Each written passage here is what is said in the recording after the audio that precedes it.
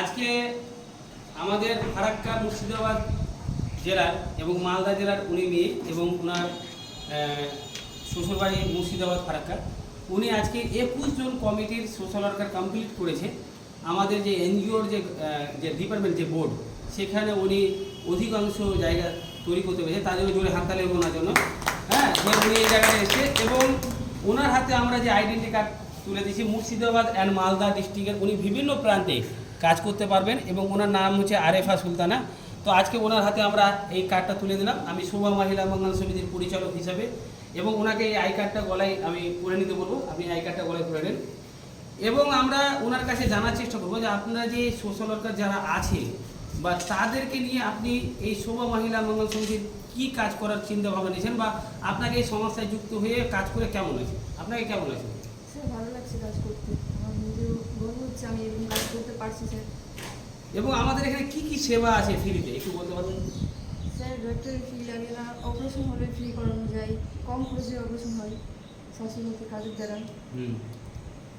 Sir শিক্ষা হয়, এখানে ট্রেনিং অনেক রকম দেওয়া হয়, নার্সের ট্রেনিং দেওয়া হয়, কম্পিউটার ক্লাস হয়, এরকম অনেক রকম শিক্ষা দেওয়া হয় স্যার, কম খরচে শিক্ষা হচ্ছে। এবং আমাদের ব্লাডের ব্যবস্থাটা?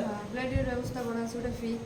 আচ্ছা, আজ পর্যন্ত আপনি কাউকে নিয়ে এসে ট্রিটমেন্ট দিয়েছেন এরকম এসে কেউ? হ্যাঁ স্যার, বা আপনি ট্রিটমেন্ট করিয়েছেন? হ্যাঁ করিয়েছি। আমাদের ট্রিটমেন্টটা কেমন? স্যার ভালো, ট্রিটমেন্ট ভালো দেখে। আপনার নাম? আরেফা সুলতানা। তো আপনারা শুনলেন, এবং আজকের তারিখ হয়েছে 14/5/2024। আপনারা সকলে আরেফার মতন হতে চাইছেন তো? হবেন? হ্যাঁ। হবেন তো? হ্যাঁ। বলেন ইনশাল্লাহ হবো। আচ্ছা, আপনারা যেটা কাজ করছেন ভালো না খারাপ? ভালো। এই কাজটা হালাল না হারাম? হালাল। আপনারা যে কাজ করে যে ইনকাম রোজগারটা করছেন সেটা হালাল না হারাম? হালাল। এবং আপনারা যে পথটা দেখেছেন বা যে পথে চলছেন, যে মানুষকে বলছেন, সেটা হালাল না হারাম? হালাল। কারণ এই তিনটেই হালাল। কারণ আমি মানুষের রক্ত লাগলে মানুষের রক্তর ব্যবস্থা এখান থেকে করে দেবো। আমি মানুষকে বলছি যে আপনার এখানে রক্ত টিরবেন বা বাচ্চাদেরকে পড়াশোনা, এটা আপনি এখানে ফ্রিতে পাবেন। তাহলে এটা হালাল বার্তা দেওয়া হলো, হালাল কথা বলা হলো। এবং ওই মানুষকে যে আমি এখানে ফ্রিতে সেবা দিলাম সেটা হালাল হলো।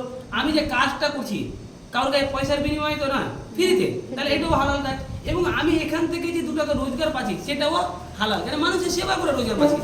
লোক ইনকাম করে মানুষের রক্ত দিয়েছে, মানুষের জায়গা দখল করে, মানুষকে ভুল পথে নিয়ে গিয়ে আমরা কি করছি, মানুষকে সঠিক পথে নিয়ে তার ফ্রিতে সেবা দেওয়া, তার পরিষেবা দেওয়া, রাইট তো?